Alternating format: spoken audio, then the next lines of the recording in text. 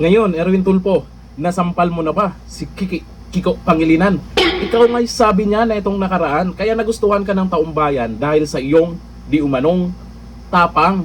Pero anyari sa mga Tulfo, lalo na itong si Erwin Tulfo, united na daw sila sa minority. Aba.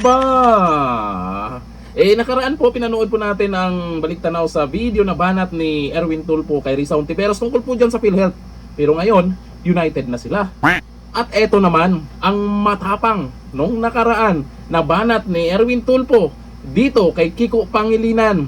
Ang tanong, ngayon magkasama na sila, nagawa ba niya ang pagbabanta niya? O talagang kaplastikan lang ang inyong tapang-tapangan, Tulfo? Ito, baka makalimutan mo. Kiko, makinig ka, sir. Next time bago kayo magsalita, isipin muna mabuti. Hindi porket abogado ka, akala mo ikaw yung doktor na ng abogado, ikaw na ang pinakamagaling na abogado, memorize mo na ang batas, ha? Mukhang nakalimutan mo ang iyong pag-aaral, ha? O talagang hindi mo alam, o kundi absent ka siguro na itinuro sa inyo sa law school.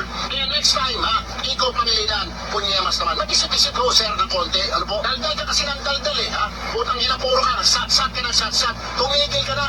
Mabuti, wala ako doon kapag kasi pinagsasampal ko yung bunganga mo, eh. No. Anyway, sir, next time din, dahil sa salita ka ng salita, hindi ka nag-iisip, yung ginawa mo palang batas, yung Juvenile Justice System Law, yung para sa yung mga minor de edad, hindi ka kasuhan, ayaw ho ng mga pulis yun, ayaw rin ni Pangulong Duterte, bakit ka mo? O tignan mo ngayon, ang dami mga bata kung hindi hold upper, rapist, kung hindi rapist, tulak ng droga, kung hindi tulak ng droga, mga snatcher, hindi makasukasuhan. Bakit? Dahil yung putang ilang batas mo na inutil, yung Juvenile Justice System Law mo, ay hindi gumagana, at yan ay punyema, pro-criminal, lintik ka, useless yung batas mo, hindi mo pinag-isipan, sir. Next time, pag-isipan mo, sir, pag ikaw na sa Senado, ikaw gumagawa ng batas, di ba? Yan ang pinapasweldo, ano namin kayo para mag-isip, hindi para mag-ngak-ngak at mag-daldal, mag-isip muna bago mag-daldal. Daldalo kayo ng daldal, hindi kayo nag-iisip. Oy, mukhang bumabalik sa'yo yan, Daldal ka ng daldal, mukhang hindi ka rin nag-iisip. Ano ngayon ang pinagsasabi mo nung naging senador ka? Ano ngayon ang pinagsasabi mo dyan sa Senado?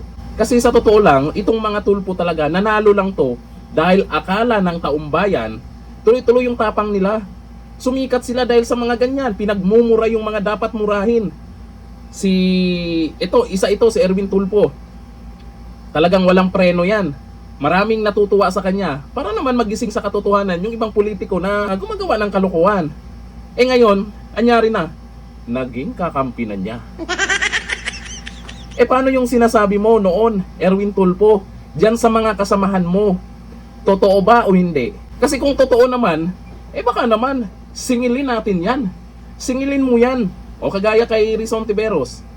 O yung banat mo tungkol sa PhilHealth, nagkalimutan na lang. Paalala, nilagay ka dyan ng mga tao, binoto ka, dahil ang pagkakilala ng karamihan sa mga Tulfo, matapang. Yun pala, yung tapang nyo, kaplastikan lang. Bakit? Bakit ko nasabi yan? Para sa akin lang yan, na kaplastikan lang yung tapang nila. Kasi akala ko, idol ko yan dati yung mga Tulfo. Akala ko dati, pag naging senador tong mga to, ay meron ng matapang dyan sa Senado, lalo na sa usapin po ng korupsyon. Anyari ngayon, lalo na sa manumalyang flood control project, anyari sa inyo, masyado kayong tahimik. Mas maingay pa nga kayo doon sa ginagawa inyong pa-walk out, pagkatapos mag-walk out, kanya-kanya ng post. United. Di nga. Kayong mga Tulfo, wala na kayo. Sirang-sira na kayo sa mga tao dahil hindi nyo pinanindigan kung ano kayo nung hindi pa kayo senador. Ngayon, napapansin natin minsan sa Senado pag usapin ng korupsyon, andun lang kayo sa may tabi. Parang basang sisiw ba? Ganito lang, thank you. Bye-bye.